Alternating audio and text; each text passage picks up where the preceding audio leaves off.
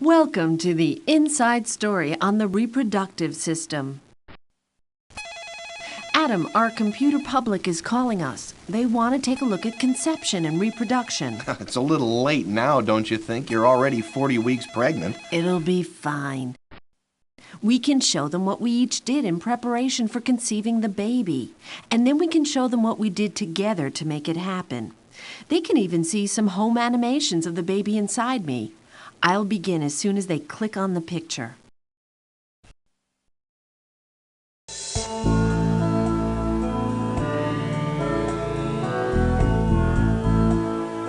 As you see, I used to be a lot smaller. Then Adam and I decided to make a baby, and everything changed. I've been practicing for conception for a long time, at least in terms of getting an egg to the right place at the right time. Take a quick look at some of my key reproductive organs, and then I'll tell you more about it. Here are my uterus, ovaries, fallopian tubes, and vagina. Let's enlarge an ovary to get a better view of a developing egg. You can see an open view into my ovary on the left. The purple structures inside it are developing eggs, or oocytes. Since I was born, all of the eggs that I'll ever produce have been sitting inside of my ovaries in an undeveloped form. Approximately once a month, from the time I was about 12, hormonal messages from my brain caused my ovaries to develop an egg for fertilization, while other hormones instructed my uterine lining to thicken in preparation for nourishing a fertilized egg. There are several hormones that regulate my reproductive cycle. Among these are estrogen, progesterone, FSH, or follicle-stimulating hormone, and LH, or luteinizing hormone. I'll tell you more about each of these in a moment. Take a look at this follicle growing within my ovary. A follicle is an egg which is surrounded by the support cells that nourish it. To prepare my egg for fertilization, FSH causes it to begin dividing its genetic material, or chromosomes. This is the beginning of my reproductive cycle. The follicle then releases estrogen, the hormone that prepares the lining of the uterus to receive a fertilized egg. Increased levels of estrogen in my bloodstream, increased levels of estrogen in my brain, the pituitary gland, to stop releasing the hormone FSH and to start releasing LH. LH causes the follicle to enlarge rapidly and to release its egg in a process known as ovulation. There goes an egg now. Once it's out of the follicle begins secreting the hormone progesterone, which also helps to prepare the uterine lining for the fertilized egg. The large structure on the right that looks a bit like an aquatic plant is the entrance to my fallopian tube. The smaller, waving structures at its opening are called fimbriae. They're moving a lot because it's their job to sweep the egg into the fallopian tube's entrance and toward the uterus. Meanwhile, the remaining cells of my follicle shrink into a hormone-producing mass of cells. On its way to the uterus, one of two things may happen to my egg. It will either become fertilized by a sperm cell, or it won't. If my egg becomes fertilized, it usually occurs in my fallopian tube. From there, it's transported to the uterus and implants itself in the uterine wall, where it's nourished by my uterine lining. In my ovary, the remaining cells of the follicle produce progesterone so that my egg can develop into a fetus. If my egg is not fertilized within 24 hours after its release from my ovary, it stops developing and dissolves before reaching the uterus. The absence of a fertilized egg causes my body to stop releasing the hormones that prepare my uterus for implantation. In response, my uterus sheds its lining over a period of 4 to 5 days in a process known as menstruation. As you can see, the hormones which control my reproductive system maintain a delicate balance over the life cycle of my egg.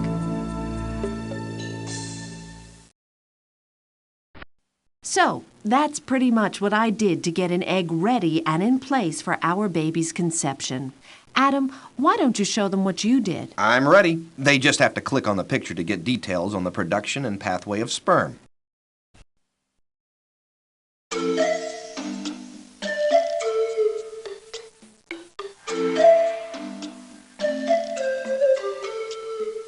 You can't produce a product without the right equipment. And I have the standard male reproductive components. Here, you can see for yourselves. Here are my testes, urethra, vas deferens, prostate, seminal vesicle, and penis. My testes are actually made up of coiled structures called seminiferous tubules, which are the sites of my sperm production. The structure on top of the seminiferous tubules is the epididymis. My sperm migrate there to mature and then are stored there afterwards. I'll just put this testicle back in a safe place before we continue. First, my penis fills with blood and becomes erect.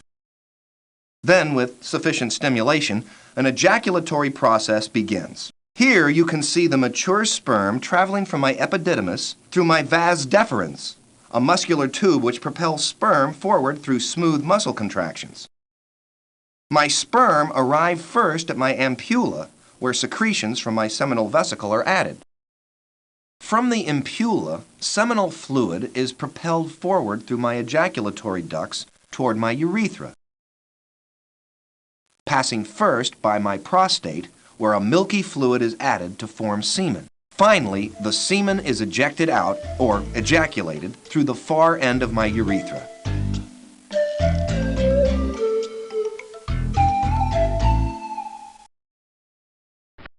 I think you can appreciate that Eve and I each did some real preparation for our baby's conception. Just click on the picture to see how we put all that preparation to good use. Dr. Harper, if males release millions of sperm, why do only a few hundred reach the egg? Although a male releases up to 500 million sperm into the vagina, a long and hazardous journey awaits them before they can reach the egg. First, millions of sperm leak out of the vagina. Next, acids inside the vagina destroy most of the remaining sperm. Of those that survive the vaginal acids, many are destroyed by cells in the woman's immune system called phagocytes. Eventually, a few hundred reach the part of the uterine tube where the egg awaits. Of the sperm that reach the egg, only one will fertilize it.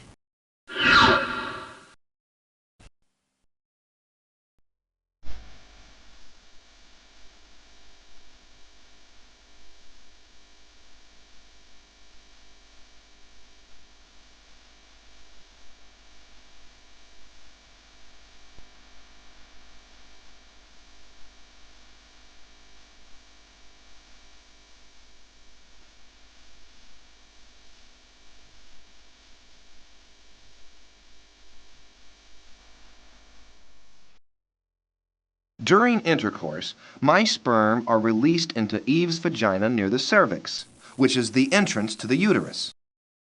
Here you can see my sperm swimming through Eve's uterus and up her fallopian tubes. From their profiles, you can see the sperm actually have three parts: a head, a middle section, and a tail, which helps them to swim a lot better.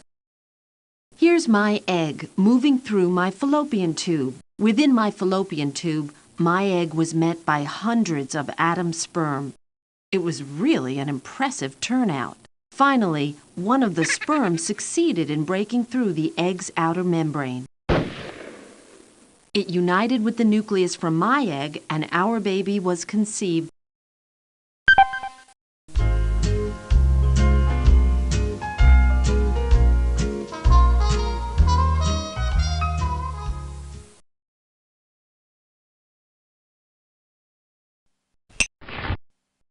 After my egg was fertilized, our baby began to grow quickly. It took about 40 weeks for the baby to fully develop. Here we've sped the process up a bit for you to view it in its entirety. About halfway through my pregnancy, Adam and I went to our physician to get an ultrasound examination. Listen carefully and you can hear the sound of our baby's heartbeat.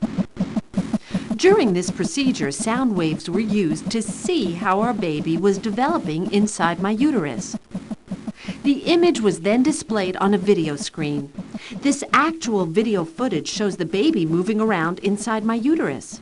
Look, where the arrow is pointing, you can see the legs moving up and down, bending at the knees. Wow, it sure is. Ouch! Now I remember how much it hurt when the baby kicked me.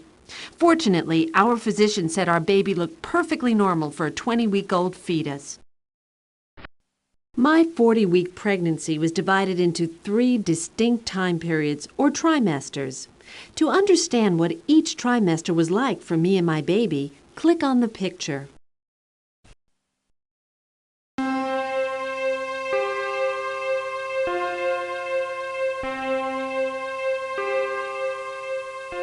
During my first trimester, which was the first 14 weeks of my 40-week pregnancy, I became unusually emotional due to the hormonal changes in my body.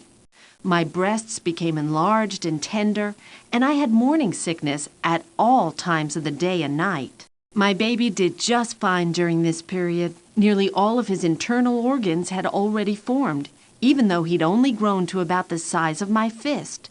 He could even begin to move a little. During the second trimester, the nausea eased up, but was replaced by heartburn and indigestion. The bulge of my stomach became very noticeable, and I developed stretch marks as the skin of my abdomen expanded. My baby grew very rapidly during this period, and his arms and legs became well developed and strong. I even began to feel him moving inside me. Although he was almost fully formed, his lungs needed to develop further, and he needed to fatten up quite a bit before he could be born. The third trimester was the home stretch, but it seemed to last forever. I was quite bulky and clumsy, and found it hard to find a comfortable position either awake or asleep. At one point I'd grown so large my navel even popped out. Close to the time of my delivery, my baby's growing body pushed my abdominal organs up under my diaphragm, which was not very pleasant. But eventually my baby dropped down into my pelvic cavity, which was nature's way of saying it's time to give birth.